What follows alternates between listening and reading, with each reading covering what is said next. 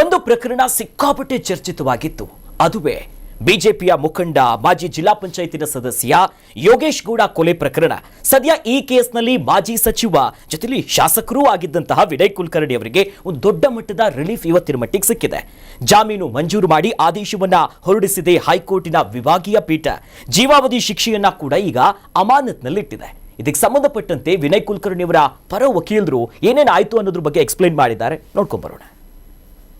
ಹೈಕೋರ್ಟ್ನಲ್ಲಿ ಕುಲಕರ್ಣಿ ಅವರಿಗೆ ಜಾಮೀನನ್ನು ಕೊಟ್ಟಿರುವಂಥದ್ದು ಮತ್ತೆ ಸೆಕ್ಷನ್ ಕೋರ್ಟ್ ಕೊಟ್ಟಂತಹ ಏನು ಶಿಕ್ಷೆ ಇದೆ ಅದಕ್ಕೆ ತಡೆಯನ್ನು ಕೊಟ್ಟಿರುವಂಥದ್ದು. ಸೊ ಈ ವಾದ ವಿವಾದಗಳು ಹೇಗಿತ್ತು ಸರ್? ಇದು ನಮ್ಮ ಪರವಾಗಿ ವಿನಯ್ ಕುಲಕರ್ಣಿ ಅವ್ರದ್ದು ಈ ಪ್ರಕರಣದಲ್ಲಿ ಸೆಲೆಕ್ಸಲಾಗಿದೆ. ಅವ್ರದಕ್ಕೂ ಮತ್ತೆ ಅವರು ವಿನಯ್ ಕುಲಕರ್ಣಿಗೂ ಈ ಪ್ರಕರಣಕ್ಕೆ, ಯೋಗೇಶ್ ಗೌಡ ಪ್ರಕರಣಕ್ಕೆ ಯಾವುದೇ ರೀತಿಯ ಸಂಬಂಧ, ಎಳ್ಳಷ್ಟು ಸಂಬಂಧ ಇಲ್ಲ. ಇವ್ರನ್ನ ಈ ಪ್ರಕರಣದಲ್ಲಿ ಸಿಲುಕಿಸಲಾಗಿದೆ ಅನ್ನೋದು ಪ್ರತಿ ದಿನದ ಫಸ್ಟ್ ಡೇದು ವಾದ ಆಗಿತ್ತು ಸರ್. ಅವಾಗಿಂದ ಕೆಳಂತದ ವಿಶೇಷ ನ್ಯಾಯಾಲಯದಲ್ಲೂ ಸಹ ಇದೇ ವಾದ ಆಗಿತ್ತು. ಆಮೇಲೆ ನಾವು ಸಾಕ್ಷ್ಯ, ನಮ್ಮ ಕ್ರಾಸ್ ಎಕ್ಸಾಮಿನೇಷನ್ಸು ಅದೇ ಆಗಿತ್ತು. ಇವತ್ತು ಹೈಕೋರ್ಟಲ್ಲೂ ಸಹ ನಮ್ದು ಅದೇ ವಾದ ಆಗಿತ್ತು ಸರ್. ಅದನ್ನೆಲ್ಲ ಪರಿಗಣನೆ ಮಾಡಿ ಅವರು ಸಿಬಿಐನವರು ಸಹ ತೀವ್ರವಾದ ಆಕ್ಷೇಪಣೆಯನ್ನು ವ್ಯಕ್ತಪಡಿಸಿದ್ರು. ಅದನ್ನೆಲ್ಲನೂ ಪರಿಗಣನೆ ಮಾಡಿ ಇವತ್ತು ಮಾನ್ಯ ನ್ಯಾಯಾಲಯ, ಉಚ್ಚ ನ್ಯಾಯಾಲಯ ಇವ್ರಿಗೆ ಶಿಕ್ಷಣ ಅಮಾನತಿನಲ್ಲಿಟ್ಟು ಇವತ್ತು ಬೇಲ್ ಕೊಟ್ಟಿದ್ದಾರೆ ಸರ್. ಜಾಮೀನು ಪಡೆಯಲಿಕ್ಕೆ ನಿಮ್ಮ ಪ್ರಮುಖ ವಾದ ಏನಾಗಿತ್ತು ಸರ್? ಅಂದ್ರೆ ಈ ಕೇಸ್ಗೆ ಸಂಬಂಧಪಟ್ಟ ಸರ್ ಪ್ರಮುಖ ವಾದನೆ ಅದಾಗಿತ್ತು ಸರ್. ವಿನಯ್ ಕುಲಕರ್ಣಿ ಅವ್ರಿಗೂ ಇದಕ್ಕೆ ಸಂಬಂಧನೇ ಇಲ್ಲ ಅನ್ನೋದು ಒಂದು ಪ್ರಮುಖವಾದ ಆಗಿತ್ತು. ಆಮೇಲೆ ಕೆಳಹಂತದ ವಿಶೇಷ ನ್ಯಾಯಾಲಯ ಇವ್ರಿಗೆ ಶಿಕ್ಷೆ ಕೊಟ್ಟಿರೋದನ್ನೇ ಒಬ್ಬ ಅಪ್ರೂವರ್ ಮಾಫಿ ಸಾಕ್ಷಿ ಅಂತ ಇದ್ದಾನೆ, ಅವ್ನ ಸಾಕ್ಷಿ ಆಧಾರದ ಮೇಲೆ ಆತ ಮಾಫಿ ಸಾಕ್ಷಿ ಅವ್ನು 3ನೇ ಅರ್ಜಿ 4ನೇ ಅರ್ಜಿನ ಹಾಕಿ ಅವನು ಸುಮಾರು 4-5 ವರ್ಷ ಅವನೇ ವಿಚಾರಣೆ ಇಡೀ ಪ್ರಕರಣದಲ್ಲಿ ಅವನೇ ಪ್ರಮುಖವಾದಂತ ಆರೋಪಿ ಆಗಿದ್ದ. ಅವನ ಸಾಕ್ಷ್ಯನ ಯಾವುದೇ ಕಾರಣಕ್ಕೂ ನಂಬಬಾರದು, ಅವನ ಸಾಕ್ಷ್ಯದ ಆಧಾರದ ಮೇಲೆ ಶಿಕ್ಷೆ ಕೊಡಬಾರದು ಅನ್ನೋದು ನಮ್ಮ ವಾದ ಆಗಿತ್ತು ಸರ್. ಅದನ್ನ ಪರಿಗಣನೆ ಮಾಡಿದ್ದಾನೆ. ಆಮೇಲೆ ವಿನಯ್ ಕುಲಕರ್ಣಿ ಅವ್ರ ಪಾತ್ರನ ಈ ಪ್ರಕರಣದಲ್ಲಿ ಪ್ರೂವ್ ಮಾಡಕ್ಕೆ ಸಿಬಿಐನವರು ಯಾವುದೇ ಅಂತ ಬಲವಾದಂತ ಸಾಕ್ಷ್ಯಗಳನ್ನ ಹಾಜರುಪಡಿಸಿಲ್ಲ ಅನ್ನೋದು ನಮ್ಮ ವಾದ ಆಗಿತ್ತು. 2016ರಿಂದ ಇಲ್ಲಿವರೆಗೂ ಕೂಡ ಈ ಪ್ರಕರಣ ಧಾರವಾಡದಲ್ಲಿ ಒಂದು ರೀತಿ ದಗದಗನೆ ಅಂತ ಇತ್ತು. ನಂತರದಲ್ಲಿ ಯಾಕಂತಂದ್ರೆ ಆ ಸಂದರ್ಭದಲ್ಲಿ ಹತ್ಯೆ ಆದಾಗ ಸಚಿವರಾಗಿದ್ರು, ಪ್ರಭಾವಿ ಆಗಿದ್ರು, ಹತ್ಯೆ ಆಯ್ತು, ಜೈಲಿಗೆ ಹೋಗಿ ಬಂದ್ರು ಸರ್.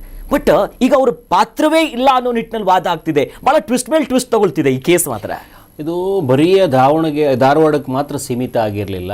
ಪ್ರಭಾವಿ ತನ್ನ ಆಡಳಿತವನ್ನ, ತನ್ನ ಚೌಕಟ್ಟು ಮೀರಿ ಏನಾದರೂ ಪ್ರಯೋಗ ಮಾಡಿದ್ರೆ ಏನಾದ್ರು ಆಗಬಹುದು ಅನ್ನೋದಕ್ಕೆ ಒಂದು ಸಾಕ್ಷಿ ಆಯ್ತಾ ಅನ್ನುವಂಥ ಪ್ರಕರಣ ಇದು. ತುಂಬ ದೊಡ್ಡ ಮಟ್ಟಕ್ಕೆ ಪ್ರಭಾವ ಬೀರ್ತಾ ಇದ್ರು ಅನ್ನುವಂಥ ಪ್ರಕರಣ ಇದು.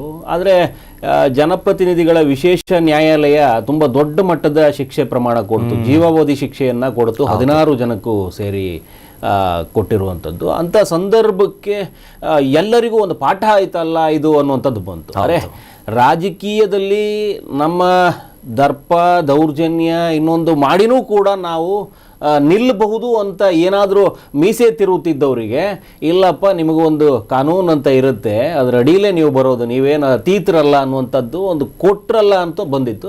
ಬಟ್ ಇವತ್ತಿಗೆ ಅದರ ಮತ್ತೊಂದು ರೂಪ ನೋಡ್ತಾ ಇದ್ದೀವಿ. ಕೆಲವೊಂದು ಲೆಕ್ಕಾಚಾರದ ಅಡಿಯಲ್ಲಿ ಇವತ್ತು ಹೈಕೋರ್ಟ್ ಅಮಾನತ್ತಿನಲ್ಲ ಇಡ್ತಾ ಇದೆ, ಜೀವಾವಧಿ ಶಿಕ್ಷೆಯನ್ನು ಅಮಾನತ್ತಲ್ಲಿ ಇಡ್ತಾ ಇದ್ದೀವಿ ಅಂತ ಹೇಳ್ತಾ ಇದ್ದಾರೆ. ಸೊ ಹಾಗಾಗಿ ತಿರುವು ಅಂತಲೇ ಹೇಳ್ಬೋದು. ಜೀವಾವಧಿ ಶಿಕ್ಷೆಗೆ ಒಳಪಟ್ಟ ಈ ಖೈದಿಗೆ ಇವತ್ತು ಜಾಮೀನು ಮಂಜೂರಾಗಿರುವಂಥದ್ದು.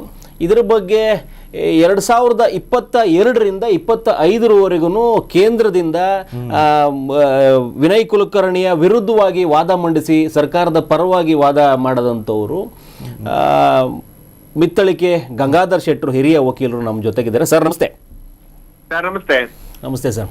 ಇದೊಂಥರ ಒಂದು ವಿನಯ್ ಕುಲಕರ್ಣಿ ಮನೆಯಲ್ಲಿ ಸಂತೋಷದ ವಾತಾವರಣ, ಆದರೆ ನ್ಯಾಯದ ನಿರೀಕ್ಷೆಯಲ್ಲಿದ್ದವರಿಗೆ ಇವತ್ತು ಅಂದರೆ ಏನೋ ಒಂದು ಪ್ರಭಾವ ಬೀರಿದ್ರು ಅಂತ ಯಾರಂದುಕೊಂಡಿದ್ರು ಅವರಿಗೆಲ್ಲ ಒಂದು ರೀತಿಯ ಒಂಥರ ಆತಂಕ ಬಂದುಬಿಟ್ಟಿದೆ. ಅಂದರೆ ಇನ್ನು ಮುಂದಿನ ಪ್ರಕರಣಗಳು ಹೀಗೆ ಆಗುತ್ತಾ ಅನ್ನುವಂಥದ್ದು ಬರ್ತಾ ಇದೆ. ಏನು ಸರ್ ಅಸಲಿಯತ್ತು ಇದರದ್ದು ಅಂತ? ಜೀವಾವಧಿ ಶಿಕ್ಷೆ ಆದ ಮೇಲೂ ಕೂಡ ಅಮಾನತ್ತಲ್ಲಿಟ್ಟು ಜಾಮೀನು ಮಂಜೂರಾಗಿದೆ ಅಂದರೆ ಏನು ಅರ್ಥ ಅಂತ ಇದು? ಹಲೋ, ಕೇಳಿಸ್ತಿದ್ಯಾ ಸರ್? ಹಲೋ ಕೇಳಿಸ್ತಿದ್ಯಾ ಸರ್? ಕೇಳಿಸ್ತಾ ಇದೆ. ಜೀವಾವಧಿ ಶಿಕ್ಷೆ ಆಯಿತು, ಅದಾದ ನಂತರದಲ್ಲಿ ಈಗ ಜಾಮೀನು ಮಂಜೂರಾಗಿದೆ. ಯಾವ ಅಡಿಯಲ್ಲಿ ಜಾಮೀನು ಮಂಜೂರಾಗಿರ್ಬೋದು ಸರ್? ಏನಿತ್ತು ವಾದ ಅಂತ? ಸರ್, ಜಾಮೀನು ಸಿಕ್ಕಿದೆ ಅಂತ ಒಂದೇ ಕಾರಣಕ್ಕೆ ಆತಂಕ ಪಡುವಂತಹ ಅವಶ್ಯಕತೆ ಇಲ್ವೇ ಇಲ್ಲ ನೊಂದವರು. ಯಾಕೆಂತ ಹೇಳಿದ್ರೆ ಕಾನೂನಿನಲ್ಲಿ ಅವಕಾಶಗಳು ಇದೆ, ಯಾಕಂದ್ರೆ ಅದನ್ನ ಅಪೀಲ್ ಮಾಡುವಂತಹದ್ದು. ಇವಾಗ ಸದ್ಯದ ಇದ್ರಲ್ಲಿ ಏನಾಗಿರೋದು ಅಂತ ಹೇಳಿದ್ರೆ ಕೇವಲ ಜಾಮೀನು ಸಿಕ್ಕಿರುವಂತದ್ದು ಮತ್ತು ಅದಕ್ಕೊಂದು ತಡೆಯಾಜ್ಞೆ ಸಿಕ್ಕಿರುವಂತದ್ದು ಜಡ್ಜ್ಮೆಂಟ್ಗೆ. ಇದೊಂದು ತಾತ್ಕಾಲಿಕ ಒಂದು ರಿಲೀಫ್ ಬಿಟ್ರೆ ಅದರಲ್ಲಿ ಮುಂದಿನ ದಿನಗಳಲ್ಲಿ ಅದನ್ನು ಕೂಲಂಕುಷವಾಗಿ ಎಲ್ಲ ಕೆಳಗಿನ ನ್ಯಾಯಾಲಯ ಮಾಡಿರುವಂತಹ ಎಲ್ಲಾ ದಾಖಲೆಗಳನ್ನ ಅಥವಾ ಆ ಸಾಕ್ಷಿಗಳ ವಿಚಾರಣೆಗಳನ್ನ ಎಲ್ಲ ನೋಡಿ ಆ ನಂತರ ರಿಲೀಫ್, ಮೇನ್ ರಿಲೀಫ್ ಅಲ್ಲಿ ಬರುವಂತಹದ್ದು. ಇವಾಗ ಇದೊಂದು ತಾತ್ಕಾಲಿಕ ಒಂದು ಜಾಮೀನು ಸಿಕ್ಕಿರಬಹುದು. ಯಾವ ಕಾರಣಕ್ಕೆ ಅಂತ ಹೇಳಿದ್ರು ಕೂಡ ನಾನು ಹೇಳ್ತೀನಿ. ಯಾಕೆಂದ್ರೆ ಈ ಟ್ರಯಲ್ ನಡೆದಿದೆ, ಇವಾಗ ಎಲ್ಲ ಜಡ್ಜ್ಮೆಂಟ್ ಆಗಿದೆ, ವಿಟ್ನೆಸ್ಗಳಿಗೆ ಥ್ರೆಟ್ ಕೊಡುವಂತಹ ಪ್ರಮೇಯ ಬರೋದೇ ಇಲ್ಲ ಈಗ. ಆದ್ರಿಂದ ಅದನ್ನೆಲ್ಲ ಮನಗಂಡು ಏನಾದ್ರೂ ಆ ರೀತಿ ಜಡ್ಜ್ಮೆಂಟ್ ಬಂದಿರುವಂತ ಇವತ್ತು ಆದೇಶ ಆಗಿರುವ ಸಾಧ್ಯತೆಗಳು ಇದೆ.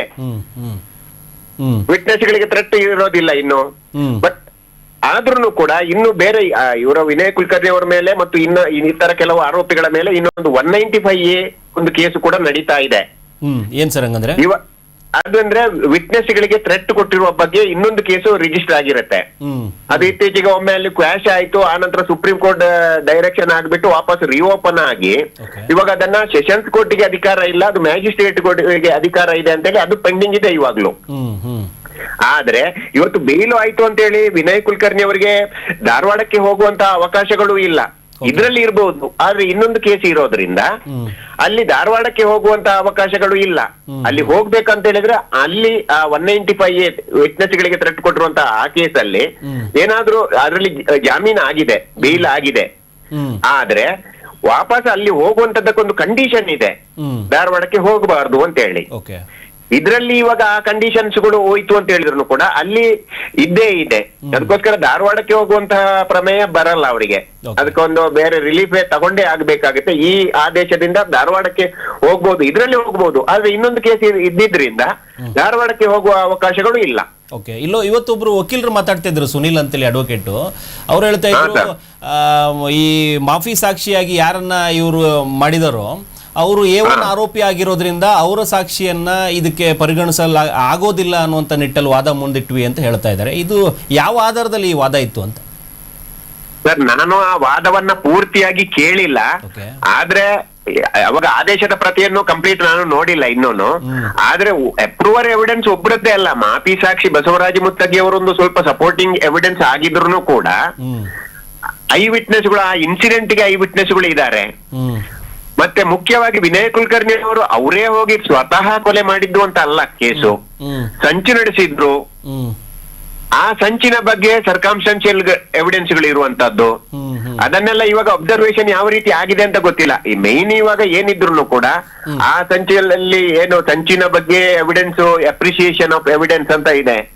ಈ ಮಾಪಿ ಸಾಕ್ಷಿಯ ಎವಿಡೆನ್ಸ್ ಅನ್ನ ಹೇಗೆ ಕನ್ಸಿಡರ್ ಮಾಡಿದ್ದಾರೆ ಅಂತ ಹೇಳಿ ಟ್ರಯಲ್ ಕೋರ್ಟ್ ಕನ್ಸಿಡರ್ ಮಾಡಿದ್ದಾರೆ, ಅದಕ್ಕೆ ಸಪೋರ್ಟಿಂಗ್ ಎವಿಡೆನ್ಸ್ ಇದೆ ಅನ್ನುವ ರೀತಿಯಲ್ಲಿ ಆ ಜಡ್ಜ್ಮೆಂಟ್ ಅದಕ್ಕೆ ಒಂದು ರೀಸನಿಂಗ್ ಅನ್ನು ಕೂಡ ಕೊಟ್ಟಿದ್ದಾರೆ. ಆದ್ರೆ ಇವಾಗ ಇದರ ಮೇಲೆ ಡಿಟೇಲ್ ಆಗಿ ಅದನ್ನ ಕನ್ಸಿಡರ್ ಮಾಡ್ಲಿಕ್ಕೆ ಬರುತ್ತಾ ಇಲ್ವಾ ಅನ್ನುವಂಥದ್ದನ್ನು ಕೂಡ ಇನ್ನು ಮುಂದಿನ ದಿನಗಳಲ್ಲಿ, ಯಾಕಂದ್ರೆ ಮುಖ್ಯ ತೀರ್ಪು ಅಲ್ಲ ಇದೇನಂದ್ರೆ ಇದು ಜಾಮೀನಿಗೆ ಸಂಬಂಧಪಟ್ಟಿರುವಂತಹ ತೀರ್ಪು. ತಾತ್ಕಾಲಿಕವಾಗಿ ಅಲ್ಲಿ ಕೊಟ್ಟಿರುವಂತಹ ಜಡ್ಜ್ಮೆಂಟ್ಗೆ ಒಂದು ತಡೆಯನ್ನ ನೀಡಿದ್ದಾರೆ ಬಿಟ್ರೆ, ಇನ್ನು ಮುಖ್ಯವಾಗಿ ಅಂದ್ರೆ ಅದರ ಮೇನ್ ಮೆರಿಟ್ ಮೇಲೆ ಇನ್ನೂ ಆಗಿಲ್ಲ. ಅದು ಕೆಲವು ದಿನಗಳು, ಕೆಲವು ವರ್ಷಗಳು ಹೋಗ್ಬಹುದು. ಅದಕ್ಕೋಸ್ಕರ ಎವಿಡೆನ್ಸ್ ಅನ್ನ ಕನ್ಸಿಡರ್ ಮಾಡಬಾರ್ದು ಅಂತ ಏನಿಲ್ಲ. ಇವತ್ತೊಂದು ಜಾಮೀನು ಸಿಕ್ಕಿದೆ, ಇದೊಂದು ಸಂಚಲನ ಮೂಡಿಸಿರುವಂತ ಪ್ರಕರಣ. ಇನ್ನೊಂದು ಸಂಚಲನ ಮೂಡಿಸಿದ ಪ್ರಕರಣದಲ್ಲಿ ಪ್ರಜ್ವಲ್ ರೇವಣ್ಣ ಜೀವಾವಧಿ ಶಿಕ್ಷೆಗೊಳಪಟ್ಟು ಜೈಲಲ್ಲಿದ್ದಾರೆ. ಇದನ್ನೇ ಪೂರ್ವ ನಿದರ್ಶನ ಅಂತ ತಗೊಂಡು, ಅಂದ್ರೆ ಪ್ರೆಸಿಡೆಂಟ್ ಲೆಕ್ಕಕ್ಕೆ ತಗೊಂಡು ವಕೀಲರು ವಾದ ಮುಂದಿಟ್ಕೊಂಡು ಅವ್ರಿಗೂ ಜಾಮೀನನ್ನ ಕೇಳಬಹುದಾ?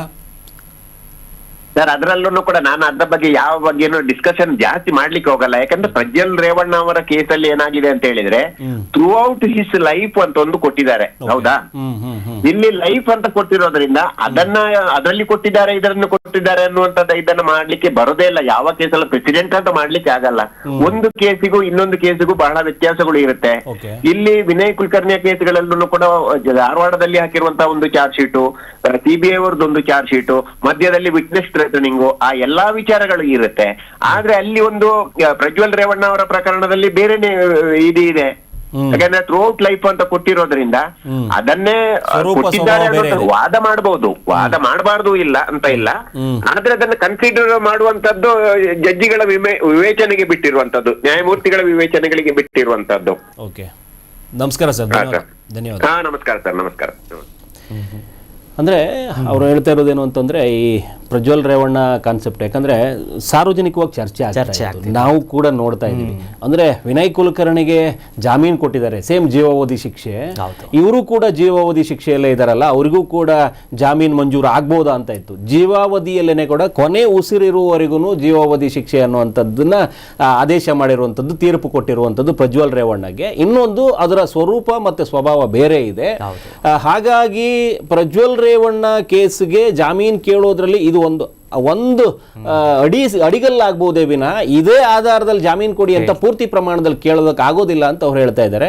ಅದೇ ಸತ್ಯ ಕೂಡ. ಯಾಕಂತಂದ್ರೆ ಸಾಮಾಜಿಕವಾಗಿ ಏನೇನು ಪರಿಣಾಮ ಬೀರಬಹುದು ಇನ್ನೂ ಕೂಡ ವಿಚಾರಣಾ ಕೆಲವೊಂದಷ್ಟು, ಯಾಕಂದ್ರೆ ಈಗಾಗಲೇ ಆ 48 ವರ್ಷದ ಮಹಿಳೆ ಮನೆ ಕೆಲಸದವರ ಮೇಲೆ ಅತ್ಯಾಚಾರ ಎಸಗಿದ್ದಾರೆ ಅನ್ನೋ ಒಂದು ಕೇಸ್ ಆಗಿದ್ದು, ಅದರ ಮೇಲ್ಗಡೆ ವಿಚಾರಣೆಗೊಳಪಟ್ಟು ಇವತ್ತು ಜೀವಾವಧಿ ಕೊನೆ ಉಸಿರಿರೋವರೆಗೂ ಅಲ್ಲೇ ಜೈಲಲ್ಲೇ ಇರಬೇಕು ಅನ್ನುವಂಥದ್ದು ಆದೇಶ ಆಗಿರೋದು, ತೀರ್ಪಾಗಿರುವಂಥದ್ದು. ನಂತರದಲ್ಲಿ 4 ಕೇಸ್ಗಳು ಇನ್ನೂ ವಿಚಾರಣಾ ಹಂತದಲ್ಲಿ ಇದೆ. ಹಾಗಾಗಿ ಸಾಕ್ಷಿ ನಾಶಗಳನ್ನೋ ಕಾನ್ಸೆಪ್ಟ್ ಇಲ್ಲಿಗೆ ಬರುತ್ತೆ. ಇಲ್ಲಿ ಜೀವಾವಧಿ ಶಿಕ್ಷೆಗೊಳಗಾಗಿರುವಂತಹ ವಿನಯ್ ಕುಲಕರ್ಣಿಯ ಸಾಕ್ಷಿ ನಾಶದ ಕಾನ್ಸೆಪ್ಟ್ ಇಲ್ಲ. ಯಾಕಂತಂದ್ರೆ ಅದೆಲ್ಲ ಮುಗಿದು ಅಧ್ಯಾಯ. ಸಾಮಾಜಿಕವಾಗಿ ಪರಿಣಾಮ ಬೀರುತ್ತೆ ಅನ್ನುವಂಥದ್ದಕ್ಕೆ ಇಲ್ಲಿದೆ. ಯಾಕಂತಂದ್ರೆ ಪ್ರಜ್ವಲ್ ರೇವಣ್ಣ ಅವರ ಮೇಲ್ಗಡೆ ಅತ್ಯಾಚಾರ, ಲೈಂಗಿಕ ದೌರ್ಜನ್ಯ, ಪೋಕ್ಸೋ ಅಂತ ಪ್ರಕರಣ ಸೇರ್ಕೊಂಡಿದೆ. ಹಾಗಾಗಿ ಸಾಮಾಜಿಕವಾಗಿ ಏನು ಸಂದೇಶ ಹೋಗ್ಬೋದು ಅನ್ನುವಂಥ ನಿಟ್ಟಲ್ಲಿ ಕೂಡ ಇದನ್ನು ಆಧರಿಸುತ್ತೆ ಮಾನ್ಯ ಕೋರ್ಟ್ಗಳು. ಸೊ ಹಾಗಾಗಿ ಆ ಕೇಸಿನ ಸ್ವಭಾವ ಸ್ವರೂಪ ಬೇರೆ ಇದೆ, ಈ ಕೇಸಿನ ಸ್ವಭಾವ ಸ್ವರೂಪ ಬೇರೆ ಇದೆ. ಆ ನಿಟ್ಟಲ್ಲಿ ಇವರಿಗೊಂದು ಜಾಮೀನು ಮಂಜೂರಾಗಿದೆ. ಇದೇ ಅಂತಿಮ ಅಲ್ಲ ಅಂತಲೂ ಕೂಡ ಹೇಳ್ತಾ ಇದ್ದಾರೆ. ಇದೇ ಸತ್ಯ. ಅಂದ್ರೆ ಒಂದು ಸರಿ ಜನಪ್ರತಿನಿಧಿಗಳು ಹೆಚ್ಚೆಚ್ಚು ಇಂಥ ಕ್ರೈಮ್ ಕೇಸಸ್ ಅಲ್ಲಿ ಭಾಗಿಯಾಗ್ತಿರೋದು ನೋಡ್ತಾ ಸುಮ್ಮನೆ ಹಿಂಗೆ ಚೆಕ್ ಮಾಡ್ತಾ ನೋಡಿದೆ ಸರ್. ADR ರಿಪೋರ್ಟ್ ಸೇರಿದಂತೆ ಇತರ ರಿಪೋರ್ಟ್ ಹೇಳುತ್ತೆ 2023 ನಂತರ ಆಗಿರುವಂತಹ ಚುನಾವಣೆಯಲ್ಲಿ ಈ ದೇಶದ ಟೋಟಲ್ ಸಿಟ್ಟಿಂಗ್ MLAಗಳ ಹಿಸ್ಟ್ರಿ ನೋಡಿದಾಗ ಆಲ್ಮೋಸ್ಟ್ 29% ಅಷ್ಟು MLAಗಳ ಮೇಲೆ ಬಹಳ ಅತ್ಯಂತ ಕಿಡ್ನಾಪ್, ಮರ್ಡರ್ ಸೇರಿದಂತೆ ಈ ಕ್ರೈಮ್ ಕೇಸಸ್ಗಳಿದೆ. ಅದ್ರಲ್ಲಿ ನಮ್ಮ ರಾಜ್ಯದಲ್ಲಿ ಸುಮ್ಮನೆ ಹಿಂಗೆ ನೋಡೋದಾದ್ರೆ ಎಲ್ಲಾ ಪಕ್ಷದಲ್ಲಿ ವೀರೇಂದ್ರ ಪಪ್ಪಿ ಜೈಲ್ಗೆ ಹೋಗಿ ಬಂದ್ರು, ಸತೀಶ್ ಸೈಲ್ ಹೋಗಿ ಬಂದ್ರು, ಪ್ರಜ್ವಲ್ ರೇವಣ್ಣ ಜೈಲಲ್ಲಿ ಇದ್ದಾರೆ. ಈಗ ಈ ಕೇಸ್ನು ತಗೊಂಡ್ರು ನೋಡಿದ್ರೆ, ಬಟ್ ಜನಸೇವೆಯ ಜನಾರ್ದನ ಸೇವೆ ಅಂತಾರೆ. ಹಿಂದೆ ನೋಡಿದ್ರೆ ಅವ್ರ ಕೆಲಸ ನೋಡಿದ್ರೆ ಹಾರ್ಟ್ ಅಟ್ಯಾಕ್ ಬಂದ್ಬಿಡುತ್ತೆ. ಎಸ್, ಮುಖ್ಯಮಂತ್ರಿಗಳೇ ಜೈಲ್ಗೆ ಹೋಗಿದ್ದಾರೆ. ಸೊ ಹಾಗಾಗಿ ಇದು ಏನಾಗುತ್ತೆ, ನಿಮಗೆ ಎಲ್ಲಿ ಅಧಿಕಾರ ಇರುತ್ತೋ ಅಲ್ಲೊಂದಷ್ಟು ದೌರ್ಜನ್ಯಕ್ಕೆ ದಾರಿ ಆಗುತ್ತೆ ಅನ್ನುವಂಥದ್ದು. ನಿಮಗೆ ಇವತ್ತು ರಾಜಕೀಯ ಹೆಂಗಾಗಿದೆ ಅಂತಂದ್ರೆ ಎಲ್ಲವನ್ನೂ ನಾವು ಮಾಡಿದ್ರೂ ಕೂಡ ಜೀರ್ಣ ಮಾಡ್ಕೊಳ್ತೀವಿ ಅನ್ನುವಂಥ ಮಟ್ಟದಲ್ಲಿ ರಾಜಕೀಯ ಇರುವಂಥದ್ದು. ಹಾಗಾಗಿ ಅವರಿಗೊಂದು ಬಲ ಏನು ಅಂತಂದ್ರೆ ಎಲ್ಲವನ್ನೂ ನಾನು ಕೊಂಡ್ಕೊಳ್ತೀನಿ ಅನ್ನುವಂಥದ್ದು. ಆದರೆ ಕೆಲ ಪ್ರಕರಣಗಳಲ್ಲಿ ಕಾನೂನು ತುಂಬಾ ದೊಡ್ಡ ಮಟ್ಟದ ಸಂದೇಶವನ್ನು ಕೊಡ್ತು. ಅದು ಪ್ರಜ್ವಲ್ ರೇವಣ್ಣ ಕೇಸು ಕೂಡ ಮತ್ತೆ ವಿನಯ್ ಕುಲಕರ್ಣಿ ವಿಚಾರದಲ್ಲೂ ಹಂಗೆ ಆಗಿತ್ತು. ಇವತ್ತು ಜಾಮೀನು ಮಂಜೂರಾಗಿರೋದು ಬೇರೆ ಕಾರಣಕ್ಕೆ. ಯಾಕಂತಂದ್ರೆ ಒಂದು ಇನ್ನೇನಾದರೂ ಮೇಲ್ಮನವಿ ಹೋಗೋದಕ್ಕೆ 2 ಅವಕಾಶಗಳಿತ್ತು. ಹೈಕೋರ್ಟ್ ಇದೆ, ಸುಪ್ರೀಂ ಕೋರ್ಟ್ ಇದೆ. ಸೊ ಇನ್ನೂ ವಿಚಾರಣಾ ಹಂತಕ್ಕೆ ವಿಳಂಬ ಆಗುತ್ತೆ. ಈಗಾಗಲೇ 5ಕ್ಕೂ ಹೆಚ್ಚು ವರ್ಷ ಇವರು ಜೈಲು ವಾಸ ಅನುಭವಿಸಿದ್ದಾರೆ ಅನ್ನುವಂಥ ಕಾನ್ಸೆಪ್ಟ್ ಕೂಡ ಇರುತ್ತೆ. ಈ ಆಧಾರದಲ್ಲಿ ಅವ್ರಿಗೆ ಇದು ಮಾಡಿರ್ತಾರೆ. ರಾಜಕೀಯದ ಹಿನ್ನೆಲೆ ಇರುವಂಥವರು ಅನೇಕ ಜನ ಈಗಾಗಲೇ ಹೋಗಿ ಬಂದಿರುವವರು, ಈಗಿರುವ CM ಕೂಡ ಜೈಲಿಗೆ ಹೋಗ್ಬಿಟ್ಟು ಬಂದವರನ್ನೇ ರಾಜಕೀಯದಲ್ಲಿ. ನೀವು ಅದನ್ನು ಮರಿಬಾರ್ದು. ತಿಹಾರ್ ಜೈಲಲ್ಲಿ ಇದ್ದು ಗಡ್ಡ ಬಿಟ್ಟು ನಾನು ಏನು ಶಪಥ ಈಡೇರುವವರೆಗೂ ಗಡ್ಡ ತೆಗೆಯಲ್ಲ ಅಂತಂದವರು ಇವತ್ತು CM ಆಗಿ ಕೂತ್ಕೊಂಡು. ಹಾಗಾಗಿ ಯಾವುದು ಅನ್ನೋದು ಆರೋಪ ಹೊತ್ತು ಒಳಗಡೆ ಹೋಗುವಂಥದ್ದು ಬೇರೆ, ಆರೋಪ ಸಾಬೀತಾಗಿ ಜೈಲು ಶಿಕ್ಷೆ ಅನುಭವಿಸ್ತಾ ಇರುವಂತವ್ರು ಕೆಲವು. ಆರೋಪ ಸಾಬೀತಾಗಿರುವಂತ ಪ್ರಕರಣಗಳನ್ನ ಮಾತ್ರ ಪರಿಗಣಿಸಬೇಕಾಗಿ ಬರಬಹುದೇನೋ. ಯಾಕಂತಂದ್ರೆ ಇವರೆಲ್ಲ ನ್ಯಾಯಾಲಯದಲ್ಲಿ ತೀರ್ಪು ಅಂತಿಮವಾಗಿ ಬಂದಿರುವಂತದ್ದು ಪ್ರಜ್ವಲ್ ರೇವಣ್ಣ ಮತ್ತೆ ವಿನಯ್ ಕುಲಕರ್ಣಿ. ಆದ್ರೆ ಅವೆಲ್ಲ ಆರೋಪಗಳ ಪಟ್ಟಿಗೆ ಸೇರ್ಕೊಳ್ತವೆ. ಆರೋಪ ನೀವು ಯಾರು ಬೇಕಾದ್ರೂ ಮಾಡ್ಕೋಬಹುದು ಅಂತ, ನಾಳೆ ಇದ್ದಕ್ಕಿದ್ದಂಗೆ ಬೇರೆ ಯಾರ ಮೇಲ್ಗಡೆನೂ ಬೇಕಾದ್ರೆ ಬಂದು ಬಿಡ್ಬೋದು. ಅಂದ್ರೆ ನಿಮಗೆ ಹಾರಕ್ಕೆ ಉತ್ತರ ಕೊಡೋದಕ್ಕೆ, ಹಾರಿಸ್ಕೊಂಡು ಹೋಗೋದಕ್ಕೆ ಅನೇಕ ಅವಕಾಶಗಳು ಇರೋದ್ರಿಂದ ಇವತ್ತು ರಾಜಕೀಯದಲ್ಲಿ ಒಂದಷ್ಟು ಕ್ರಿಮಿನಲ್ ಪ್ರಕರಣಗಳು ಇರುವಂತವ್ರು ಕೂಡ ಇದ್ದಾರೆ. ಇನ್ನೂ ಒಂದು ನಮ್ಮಲ್ಲಿ ಏನಾಗುತ್ತೆ, ರಾಜಕೀಯದಲ್ಲಿ ಜೈಲಲ್ಲಿದ್ದು ಗೆದ್ದವ್ರು ನೋಡಿದ್ದೀವಿ. ಹಂಗಾಗಿ ನಿಮಗೆ ಎಲ್ಲ ಜೈಲಿಗೆ ಹೋಗ್ಬಿಟ್ಟು ಬಂದಿದ್ದಾರೆ ಅನ್ನೋ ಕಾನ್ಸೆಪ್ಟ್ ಎಲ್ಲ ಹೊರಟೋಗುತ್ತೆ. ಯಾಕಂತಂದ್ರೆ ಜೈಲಲ್ಲಿ ಇದ್ದು ಗೆದ್ದವರು. ಇವಾಗ ಜಯರಾಜು ಆ ಕಾನ್ಸೆಪ್ಟ್ ಕೂಡ ರಾಜಕೀಯಕ್ಕೆ ಬಂತು. ಹಂಗಾಗಿ ಪಾತಕಿಗಳು ರಾಜಕೀಯ ನೋಡೋದು ಕೂಡ ನೋಡಿದೀವಿ. ಒಂದು ಹಂತಕ್ಕೆ ಅವರು ಕಾದಿ ಹೊಲಿಸ್ಕೊಳ್ಳೋದೇನೆ ಒಂದಷ್ಟು ಕವರ್ ಮಾಡೋದಕ್ಕೆ ಅಂತ, ತನ್ನ ಎಲ್ಲವನ್ನ ಕವರ್ ಮಾಡಿಕೊಂಡು ತನ್ನನ್ನು ಸೇಫ್ ಗಾರ್ಡ್ ಮಾಡ್ಕೋಬೇಕು ಅಂತಂದ್ರೆ ಇರೋದು ಒಂದೇ ಒಂದು. ಯಾಕಂದ್ರೆ ಈ ಎಲ್ಲವನ್ನು ಕೂಡ ಮುಚ್ಚು ಮರೆ ಇಲ್ಲದೆ ಮಾಡ್ಕೋಬಹುದು. ಆಮೇಲೆ ಏನೇ ಬಂದ್ರೂ ಕೂಡ ತಡೆ ಹಿಡಿಬಹುದು, ಯಾವುದೋ ಒಂದು ಸೇಫ್ ಗಾರ್ಡ್ ಅಲ್ಲಿ ಇರ್ಬೋದು ಅನ್ನುವಂಥ ನಿಟ್ಟಲ್ಲಿ ಬಂದ್ರೆ ರಾಜಕೀಯ. ಹಾಗಾಗಿ ಇಲ್ಲಿ ಬೇಳೆ ಬೇಯಿಸ್ಕೊಳ್ಳೋದಕ್ಕೆ ಕಾದಿ ಹೊಲಿಸ್ಕೊಂಡು ಕೂತ್ಕೊಳ್ತಾರೆ. ಇಲ್ಲಿ ಕ್ರಿಮಿನಲ್ಸ್ ಕೂಡ ಇದ್ದಾರೆ, ಇಲ್ಲಿ ಬಂದಾದ್ಮೇಲೆ ಕ್ರಿಮಿನಲ್ಸ್ ಆದವರು ಇದ್ದಾರೆ. ಸೊ ಕ್ರಿಮಿನಲ್ಗಳು ಇಲ್ಲಿ ಏನು ಹೊರತಲ್ಲ, ಯಾವುದು ಲೆಕ್ಕಾಚಾರಕ್ಕೂ ಹೊರತಲ್ಲ. ವಿನಯ್ ಕುಲಕರ್ಣಿ ಕೇಸು ತುಂಬಾ ವಿಚಿತ್ರವಾಗಿ ವರ್ತಿಸಿರುವಂತ ಕೇಸ್ ಅದು. ಅದ್ರ ಸ್ವಭಾವನೆ ಬೇರೆ. ಎಲ್ಲೋ ಒಬ್ಬ ಪ್ರತಿಸ್ಪರ್ಧಿಯನ್ನ ಮುಗಿಸೇ ಬಿಡ್ತೀನಿ ಅಂತ ಹೋಗಿರುವಂತ ಕೇಸ್ ಇದು. ಅಂದ್ರೆ ಆ ಒಂದು ಕೇಸನ್ನ ಲೆಕ್ಕಾಚಾರ ಆಳ ನೋಡಿದ್ರೆ ಈ ಪ್ರಬಲ ಪ್ರತಿಸ್ಪರ್ಧಿಯಾಗಿ ನಿಂತುಕೊಳ್ತಾನೆ. ಇದ್ದಕ್ಕಿದ್ದಂಗೆ ಜನ ಈ ಸೇರಿರುವ ಜನ ಸಮೂಹ ಏನು ಸಂಪರ್ಕ ಸಭೆ ಇರುತ್ತೆ, ಅಲ್ಲೇ ಬಂದುಬಿಟ್ಟು ಯೋಗೇಶ್ ಗೌಡ ಏಕಾಏಕಿ ಬಂದು ಮಾತಾಡೋದು, ಧ್ವನಿ ಎತ್ತೋದು ಎಲ್ಲ ಸ್ಟಾರ್ಟ್ ಆಗುತ್ತೆ. ಅಂದ್ರೆ ಬಿಟ್ರೆ ಇವನು ನನ್ನ ಮಾನ ಮರ್ಯಾದೆನೆಲ್ಲ ಊರಿಗೆ ಇಟ್ಬಿಡ್ತಾನೆ ಹರಾಜು ಅಂತ ಹೇಳಿ ಒಂದು ತೀರ್ಮಾನಕ್ಕೆ ಬಂದಿದ್ದು ಅಂತ ಆ ಮಾಫಿ ಸಾಕ್ಷಿಯ ಅಡಿಯಲ್ಲಿ ಬಂದಿರುವಂತ ಹಂತದಲ್ಲಿ ಹೇಳಿರುವಂತ ಹೇಳಿಕೆಗಳು ಆಧರಿಸ್ತವೆ. ಇದನ್ನೆಲ್ಲ ನೋಡಿದ್ರೆ ರಾಜಕೀಯದಲ್ಲಿ ಇದೆಲ್ಲ ಕಾಮನ್ ಆಗೋಗ್ಬಿಟ್ಟಿದೆ. ಈಗ ಕೆಲವು ಬೆಳಕಿಗೆ ಬರ್ತವೆ, ಕೆಲವು ಬೆಳಕಿಗೆ ಬರುತ್ತೆ. Exactly. Karnataka news beat follow ಮಾಡಿ, ಸಬ್ಸ್ಕ್ರೈಬ್ ಮಾಡಿ.